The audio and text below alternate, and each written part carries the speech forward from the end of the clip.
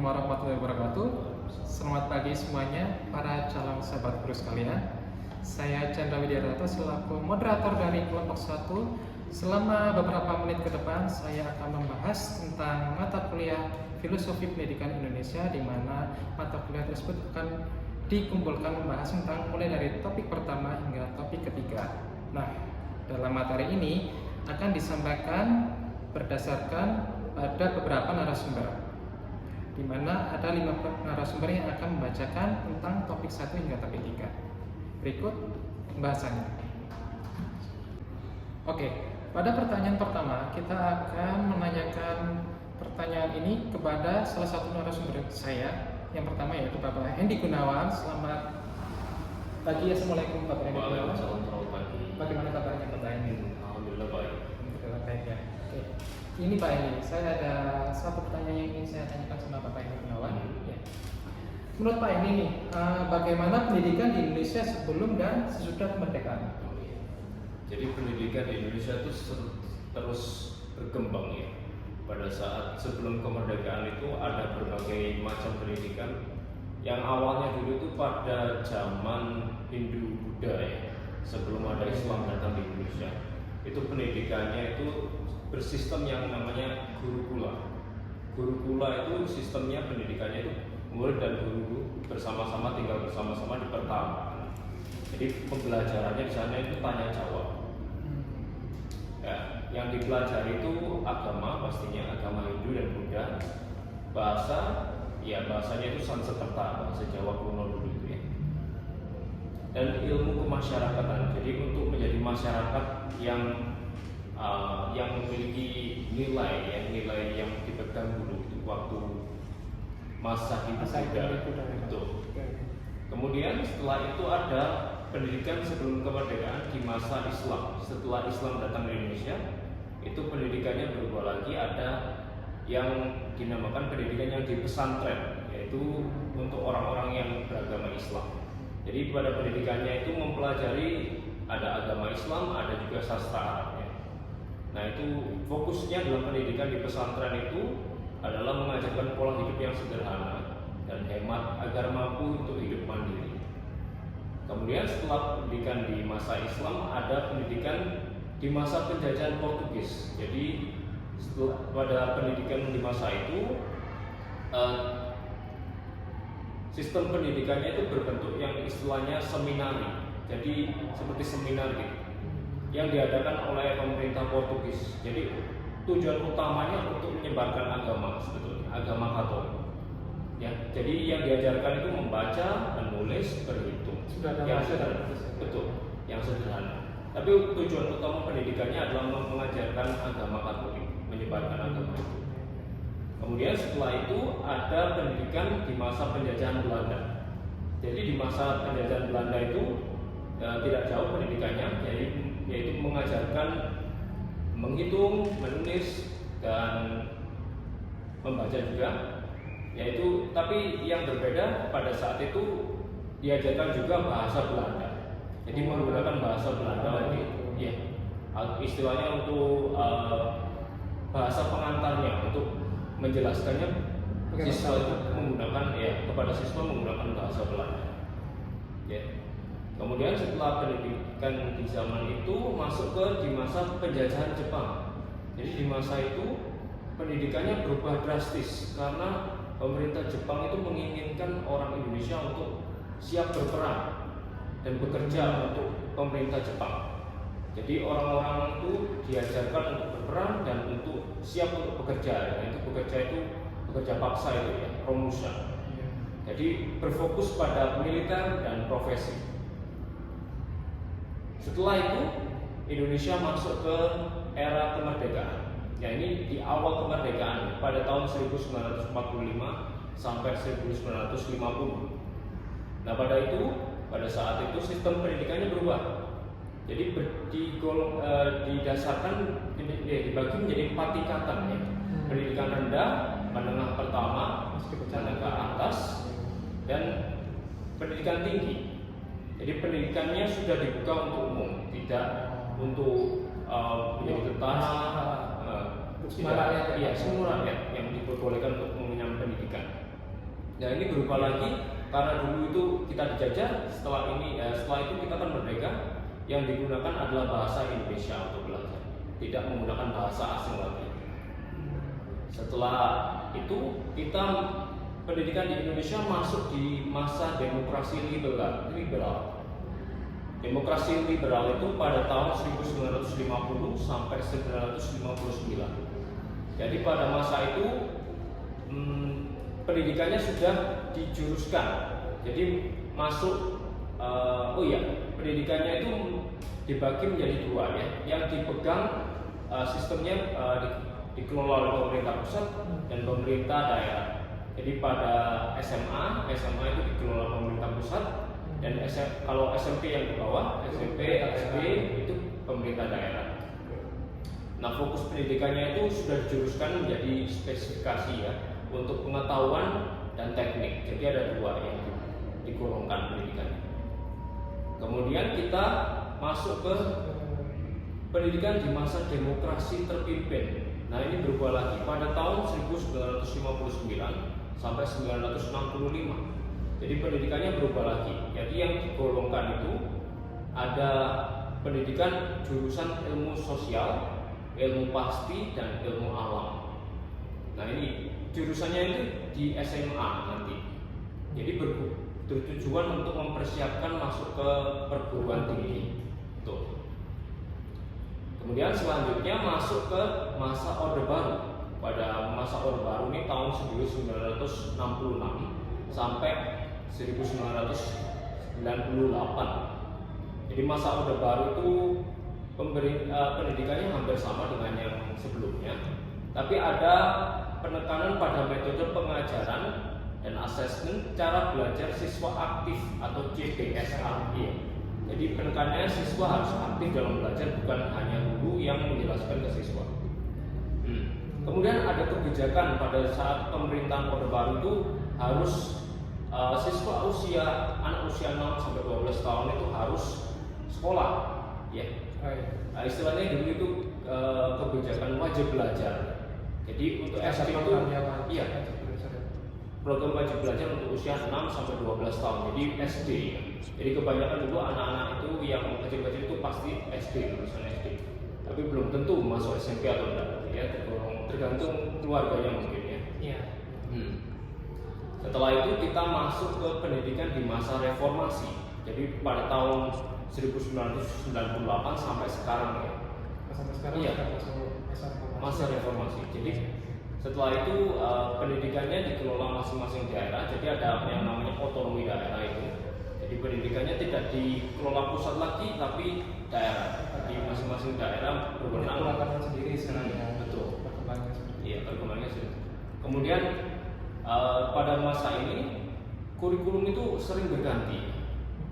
Jadi mungkin setiap 10 tahun terakhir itu pergantian kurikulum, ada beberapa pergantian. Mulai dari kurikulum 2013, 94 gitu. Iya, 94. Kemudian 2013, kemudian yang ATSP, iya. Dan yang terakhir ini kurikulum merdeka, ya. Jadi setiap 10 tahun terakhir itu berganti kurikulum. Ya, mungkin untuk menjawab perkembangan zaman, ya.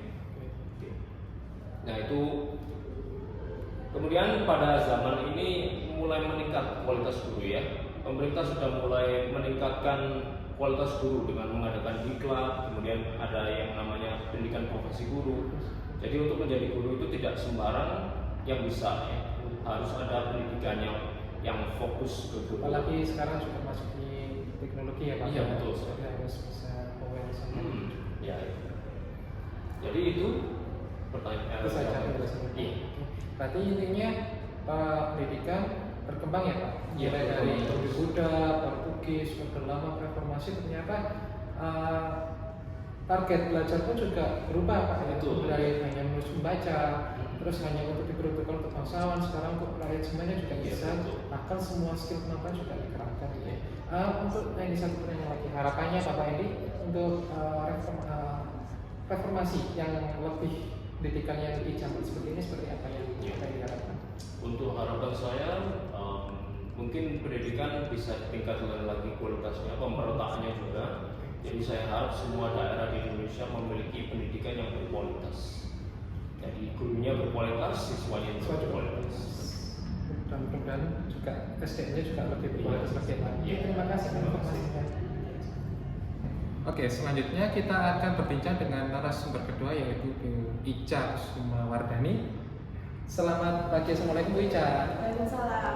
Selamat pagi Pak. Selamat pagi Bu Ica. Ini ada pertanyaan kedua yang saya tanyakan dalam topik FPI. Baik. Apa yang dimaksud dengan dasar pendidikan yang menuntun dan budi pekerti dalam proses pendidikan itu sendiri? Oke. Jadi dasar pendidikan yang menuntun itu adalah konsep ya atau prinsip-prinsip dasar yang memberikan arah atau proses pendidikan. Nah, jadi itu bisa mencakup filosofi, tujuan dan juga nilai-nilai yang mendasari pendidikan itu sendiri. Nah, jadi kalau budi pekerti sendiri itu adalah konsep akhlak dan moral.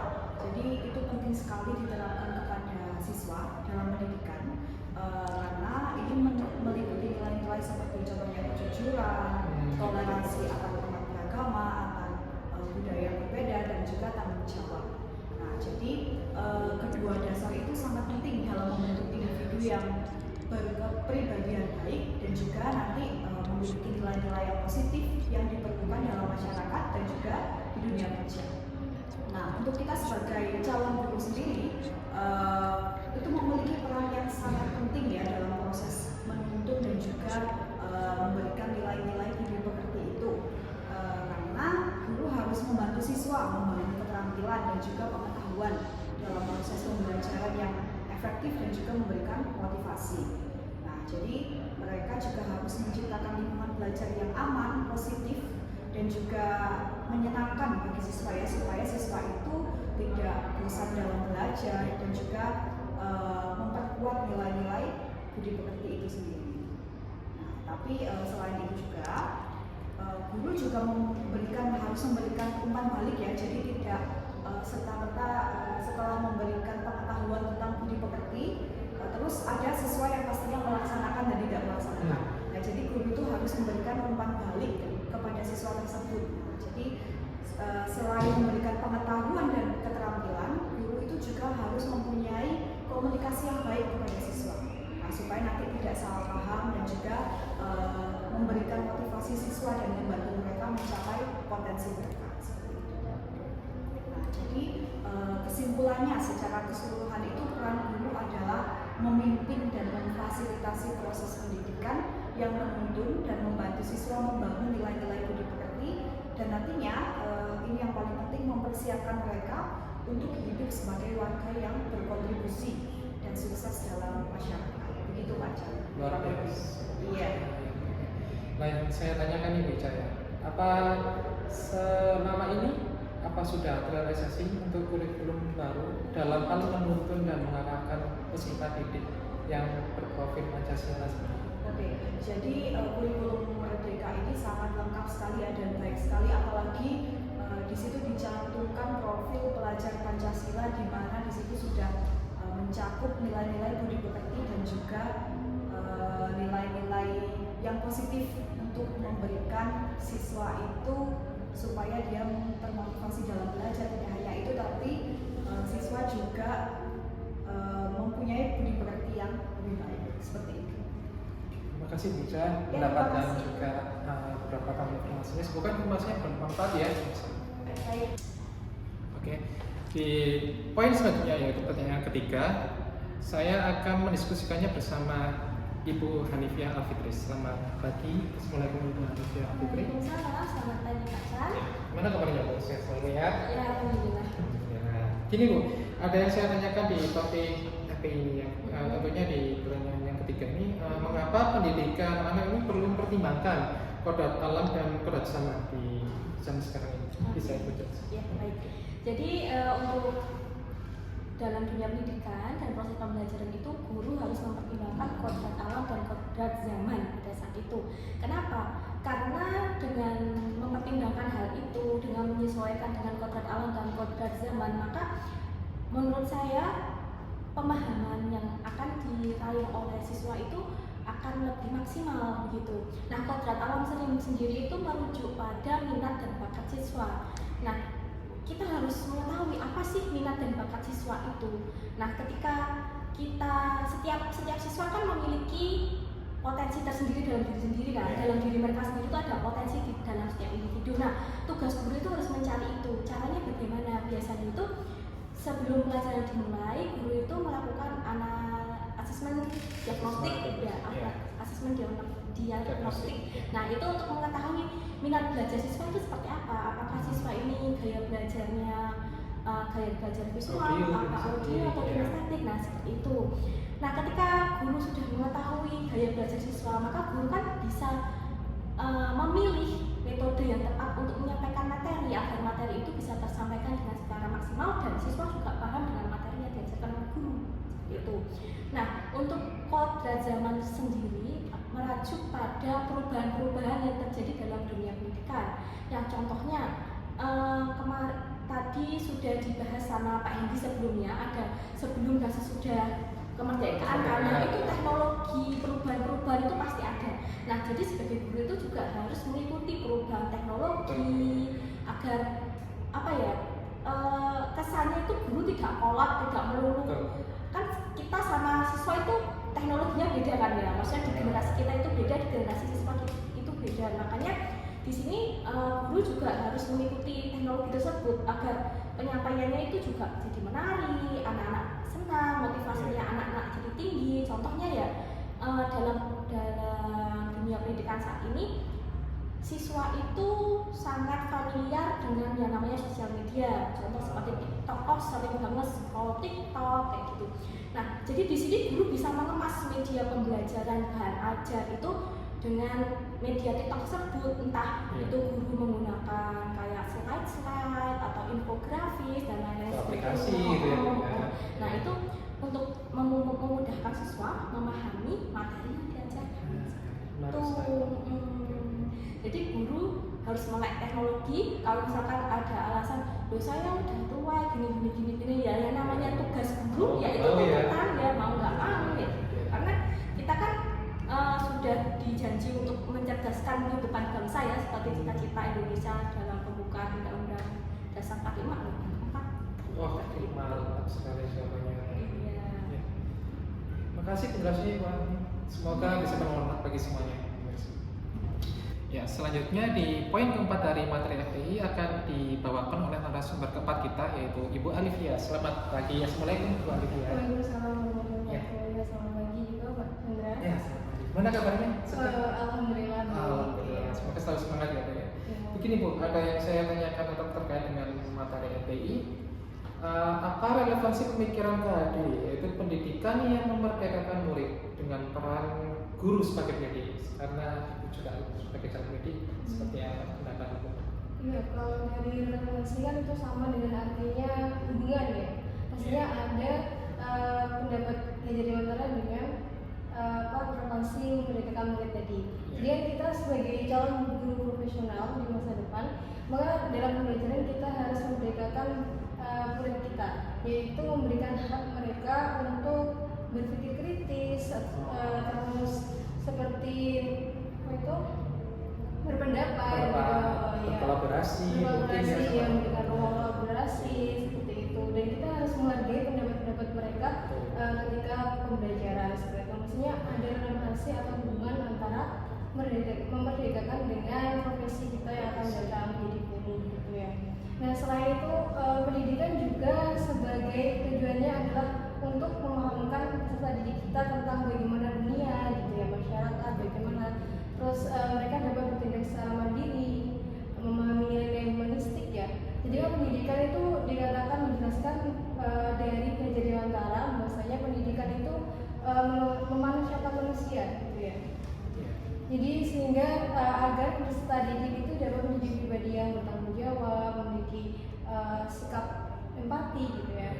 Selain itu juga kita nantinya akan menerapkan atau membimbing peserta didik kita menjadi profil belajar Pancasila. Negara Indonesia itu harus ciri khas. Kan identitas juga Pancasila ya, seperti itu. Jadi profil belajar Pancasila harus diterapkan juga dalam pembelajaran itu menjadi memerdekakan mereka. Kan hak mereka juga ya merdeka itu, karena mereka sudah melakukan kewajiban yaitu dengan belajar, terus harus mengerjakan tugas, maka kita harus memberikan hak mereka untuk pembelajaran tersebut. Jadi nggak satu pengetahuan di pelajaran saja, tapi juga tentang karakteristiknya sebagai identitas dan Iya. identitas bangsa Indonesia Iya, sendiri gitu ya. iya betul. Jadi kan pendidik itu tidak hanya memberikan pengetahuan atau keterangan saja ya, Iya. tapi juga harus mengembangkan kemampuan berpikir kritis tadi, terus dapat berorganisasi atau berkolaborasi dengan masyarakat juga, diterapkan di masyarakat seperti itu. Dan juga dapat ketika menemukan suatu masalah, mereka dapat menyelesaikan atau menyelesaikan masalah tersebut. Iya. Terus menemukan Secara suatu- bermusyawarah, Iya, bisa ya, betul, dari iya. sini. Sila keempat juga ya, Iya, ya, betul. sila ya. Seperti itu. Dan selain itu di sini guru itu juga menuntun ya. Iya, betul. Menuntun yang mana di sini mengarahkan dan membimbing peserta didik untuk mencapai tujuan mereka. Jadi kita menjadi fasilitator gitu ya. Betul. Jadi kalau dulu kan lebih cenderung ke teacher center ya.